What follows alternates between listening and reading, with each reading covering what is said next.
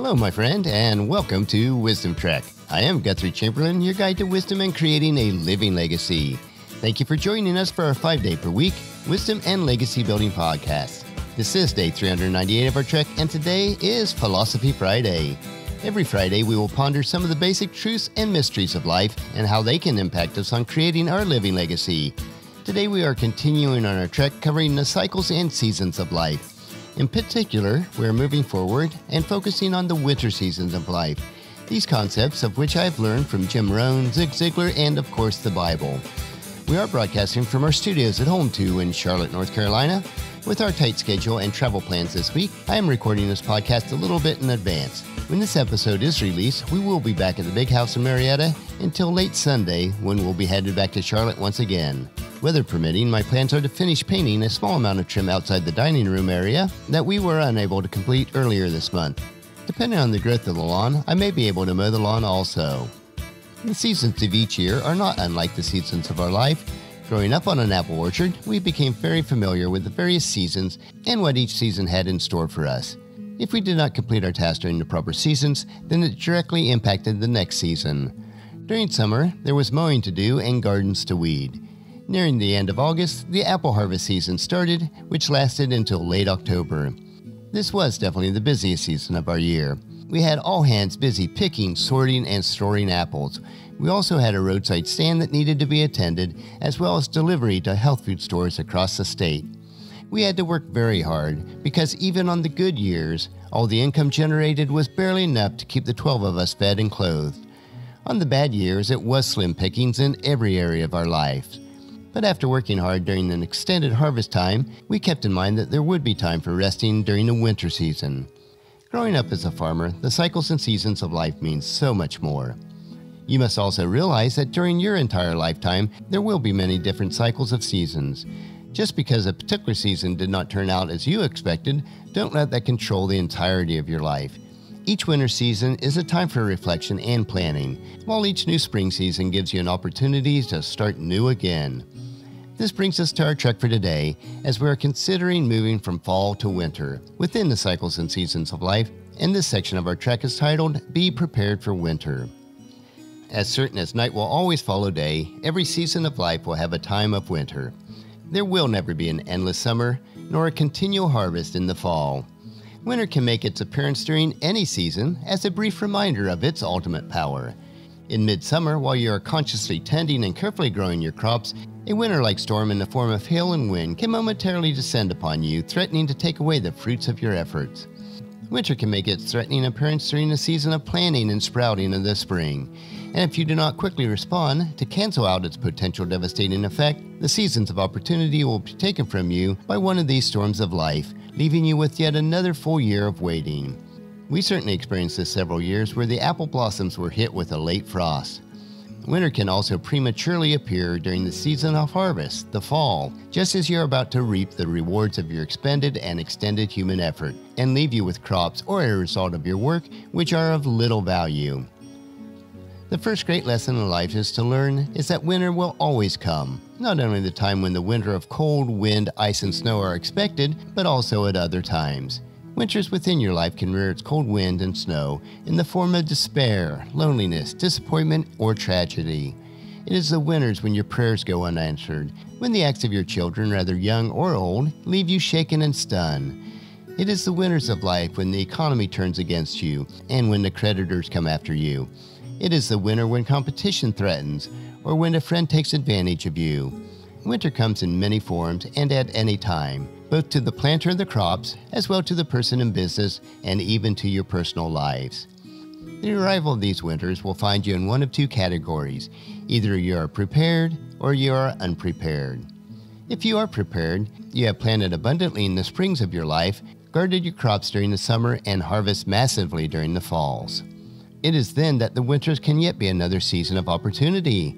It can be a time for reflection, a time for reading, a time for learning, a time for planning, a time for gathering your strength for the coming spring, and a time for taking the comfortable shelter of rest and relaxation.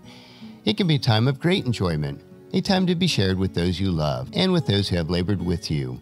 It is a time for Thanksgiving and a time for sharing life's bountiful gifts. Winter is a time for being grateful, both for what you have as well as for what you can yet achieve. Winter is a time for rest, but not excessive rest. It is a time to enjoy the fruit of your labors, but not a time for gluttony. It is a time for warm conversations, but not a time for gossip. It is a time for gratitude, but not a time for complacency. It is a time to be proud, but not a time to be egotistical. Keeping in mind, though, that what you do with your time, with yourself and with your friends, and with your attitudes during the seasons of winter determines what you will do with the coming spring. You are meant to constantly improve your conditions, your results, and yourself. During winters, you can either improve or you can regress, for never do you remain the same. If you do not improve, it is because you do not use your intelligence, your reasoning, and your full potential. Finally, what you do not use, you lose. Through the lack of use, you may lose your intelligence, your reasoning, your potential, and your strength. When lack of use or misuse costs you your worthy human attributes, you predictably regress. Again, it is one of God's basic laws for life that demands either human progression or human regression. You should always be reaching to fill your God-given potential. When you are prepared for winter's arrival, you can use the season to properly prepare for the next season. Take advantage of the time to prepare in a relaxed and non-hurried environment to make wise choices so that when spring arrives, your plan is already in place. If you have not properly prepared, the arrival of winter is a time of regret and a time of sorrow. Having lacked the willingness to pay the pain price of earlier discipline, you now pay the heavier pain price of regret. The burdens and the chains of discipline will now seem insignificant when compared to the massive weight and cumbersome restraints of regret.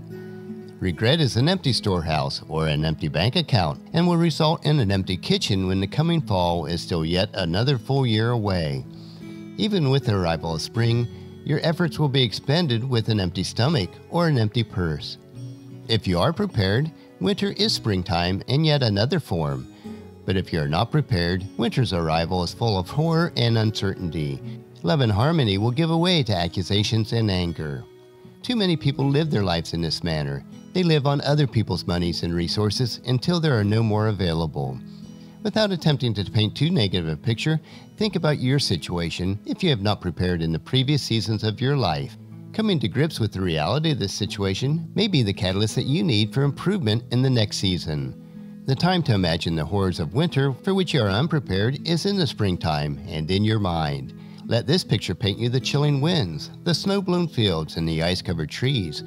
Imagine and then experience in your mind's eye the wailing of a hungry child, the disappointment showing in the eyes of the ones that you love. Emotionally experience the fumbling for excuses and the apologies of your past mistakes. The fear that comes with the knock on the door, the phone calls, or the delivery of the mail. Anticipating these scenes in advance can provide you with the shock that moves you to massive effort in the spring. It is those massive efforts that will prevent the horrifying images from becoming reality. There is still so much more to consider in the winter seasons of life, but that will have to wait as we ponder these thoughts until next week's Philosophy Friday. At that point, we will conclude our series on the cycles and seasons of life. Planting, nurturing, harvesting, and planting are all parts of the cycles and seasons of life. And it reminds me of Proverbs chapter 24, verse 27, where the wisest man who ever lived, King Solomon, instructed us to do your planning and prepare your fields before building your house. Now you might think it would be wiser to build your shelter first, but if you do this, then you will not have your planning done in time so that you can harvest during the fall. If you have shelter but no food, the winter nights will become long, cold, and you will be hungry. Plus, there will be yet an entire cycle of seasons to endure before the next food source arrives. This is the logical orders of the seasons of life. As Ecclesiastes chapter 3, verse 1 tells us, "For everything there is a season and a time for every activity under heaven." You do have to realize that all of us will face obstacles and hardships in life, but that does not change God's immutable laws of planting, nurturing, and harvesting. We will harvest what we plant. We cannot allow these obstacles and hardships to be an excuse for a meager harvest. We all know those who have overcome massive mountains of opposition to produce a bountiful harvest in their lives. When you grasp this concept, then you can achieve the rich and satisfying life that Jesus offers us in John chapter 10, verse 10. Next Friday, we will finish our winter season of life and recap this series covering the cycles and seasons of life. But our next trek will be Motivation Monday, where we will explore the trails on how to get and stay motivated so that you can bring value into your world. So encourage your family and friends to join us, and then come along with us on Monday for another day of Wisdom Trek, Creating a Legacy. That will finish our trek for today. Just as you enjoy these daily doses of wisdom, we ask you to help us to grow Wisdom Trek by sharing it with your family and friends through email, Facebook, Twitter, or in person when you meet with them, and invite them to come along with us each day. If you'd like to listen to any of the past daily treks, they are available at wisdom-trek.com. And don't forget to subscribe to Wisdom Trek so that each trek will be downloaded to you automatically. I would also appreciate it if you'd rate and review us on iTunes or Google Play so that others can find out about Wisdom Trek and join us each day. The journal for today's trek is available at wisdom-trek.com, and thank you so much for allowing me to be your guide, your mentor, but most importantly, I am your friend as I serve you through the Wisdom Trek podcast and journal. And as we take this trek of life together, let us always live abundantly, love unconditionally, listen intentionally, learn continuously, lend to others generously, lead with integrity, and leave a living legacy each day. This is Guthrie Chamberlain reminding you to keep moving forward, enjoy your journey, and then create a great day every day. See you on Monday.